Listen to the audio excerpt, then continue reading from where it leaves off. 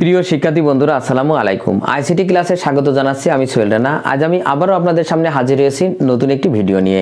আমার আজকের ভিডিওর বিষয় হলো আইসিটি এর চতুর্থ অধ্যায় এইচটিএমএল এর উপর। আজ আমি এইচটিএমএল এর আরেকটি ক্লাস নেব।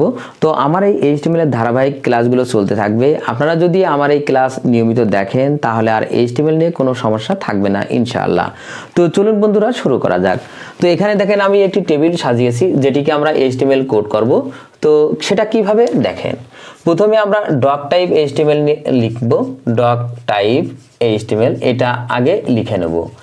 আর এই ডক টাইপ এইচটিএমএল লিখলে আমাদের এটা যে আপডেট ভার্সনে তৈরি সেটা বোঝানোর জন্য আমরা ডক টাইপ এইচটিএমএল লিখি। আর এরপরে আমাদের এইচটিএমএল লিখতে হবে, তার মানে শুরু ট্যাগের মধ্যে এইচটিএমএল। যেহেতু আমরা এইচটিএমএল করছি লিখলাম এইচটিএমএল। এইচটিএমএল এর দুটি অংশ, একটা হলো হেড আর একটি হলো বডি। তো আমরা প্রথমে এরপরে এইচটিএমএল এর পরে কি লিখব? হেড। আর হেড এর মধ্যে আমরা লিখব কি? টাইটেল। আর টাইটেল হিসাবে আমরা এখানে একটা নাম ব্যবহার করব। সেটা যদি উদ্দীপকে উল্লেখ থাকে সেই নাম, আর যদি উদ্দীপকে উল্লেখ না থাকে তাহলে আপনি যে কোনো নাম ব্যবহার করতে পারেন। আর আমরা এখানে যেহেতু টেবিল তৈরি করছি তাই আমি এখানে টেবিল লিখে নিলাম। এরপরে আমরা কি করব? টাইটেল শেষ করব। করলাম টাইটেল শেষ। এরপরে আমরা হেড শেষ করব। তার মানে হেড লেখাই হয় মূলত টাইটেল লেখার জন্য। তার মানে টাইটেল শেষ করে তারপরে আমাদের হেড শেষ করতে হবে। এরপরে বডি, তার মানে এইচটিএমএল এর এই যে মূল অংশটাকেই বলা হয় বডি। তো বডির মধ্যে কি কি থাকবে দেখেন। প্রথমে খেয়াল করেন এটা একটা টেবিল, তাহলে আমাদের আগে কি করতে হবে? টেবিল তৈরি করে নিতে হবে। তো বডির মধ্যে প্রথমে আমরা একটা টেবিল তৈরি করে নিই। তাহলে আমরা এখানে টেবিল, এরপরে আমরা টেবিল বর্ডার সমান ডাবল ইনভার্টেড কমার মধ্যে আমরা 1 লিখে নিলাম। এই ডাবল ইনভার্টেড কমার মধ্যে 1 লেখার অর্থ হলো টেবিলের মধ্যে যে দাগ, এই যে চিকন দাগ, এই দাগগুলো মোটা চিকন করার জন্য আমরা এখানে একটা সাইজ লিখব। তো আমি এখানে 1 দিয়ে নিলাম, আপনারা 1 2 3 ইচ্ছা লিখতে পারেন। তার মানে টেবিল বর্ডার দিয়ে আমরা টেবিলটা তৈরি করে নিলাম। এইবার দেখেন এই টেবিল তৈরি করতে হলে আমাদের তিনটা ট্যাগের কথা ভালোভাবে মনে রাখতে হবে। সেটা হলো টিআর, একটা হলো টিডি, আর একটা হলো টিএইচ। তো আমরা টেবিল তৈরি করি রো ওয়াইজ। তো দেখেন টেবিলে 3টা রো আছে, এই একটা রো, এই একটা রো, আর এই একটা রো। তো আমরা প্রথম টেবিল যখন রোটা যখন তৈরি করব তখন আমরা শুরুতেই টিআর লিখে নেব, নিলাম টিআর। এরপরে টেবিল, এই যে টেবিলের মধ্যে যে লেখাগুলো আছে মানে শব্দগুলো বা সংখ্যাগুলো যাই থাক সেটা লেখার জন্য আমাদের হয় টিডি না টিএইচ ব্যবহার করতে হবে।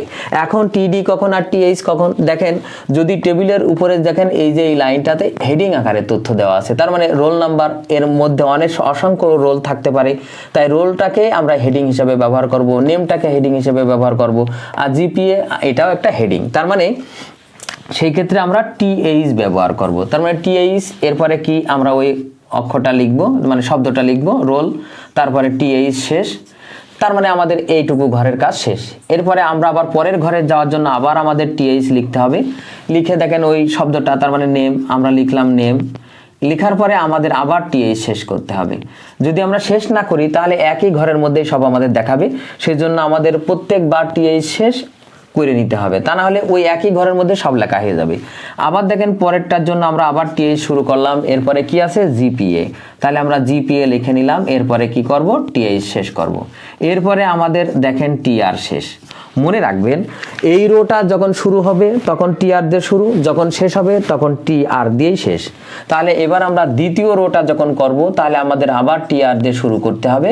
এরপরে ভিতরের লেখাগুলো লেখার জন্য আমরা এবার কি করব? টিডি লিখব। কারণ এইগুলো দেখেন টিডি ডেটা হিসাবে অর্থাৎ আছে, এটা হেডিং হিসাবে ছিল তাই টিএইচ লিখছিলাম, টিএইচ টেবিল হেডিং, আর টিডি মানে টেবিল ডেটা। তাই হলে আমরা এখানে টিডি দিয়ে শুরু করব। প্রথমে 01, এরপরে টিডি শেষ। প্রত্যেকবারই টিডি শুরু টিডি শেষ। আবার দেখেন টিডি দিয়ে শুরু সালাম, তাহলে লিখলাম সালাম। এরপরে টিডি শেষ। আবার দেখেন টিডি শুরু, সালামের পরে কি আছে? এরপরে 5.00, এরপরে আবার টিডি শেষ। তার মানে আমার আর একটা রো শেষ হলো। তার মানে আবার আমরা টিআর শেষ করলাম।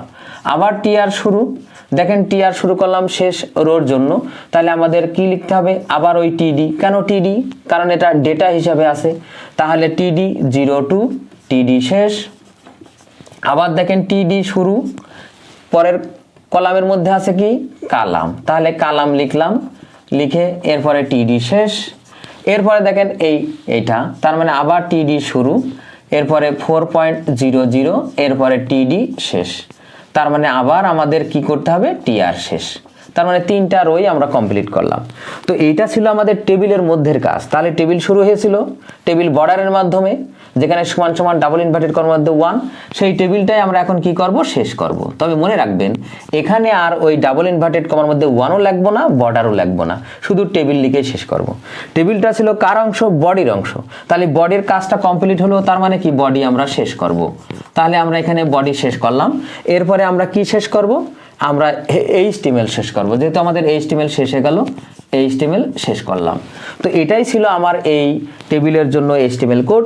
তো ছাত্রছাত্রী বন্ধুরা, আজ এ পর্যন্তই। আমার ভিডিওটি কেমন হলো অবশ্যই কমেন্ট করে জানাবেন। যদি ভিডিওটি ভালো লেগে থাকে অবশ্যই অন্যান্য বন্ধুদের দেখার সুযোগ করার জন্য শেয়ার করবেন। আর আমার চ্যানেলে যদি আপনি নতুন হয়ে থাকেন অবশ্যই আমার চ্যানেলটি সাবস্ক্রাইব করবেন।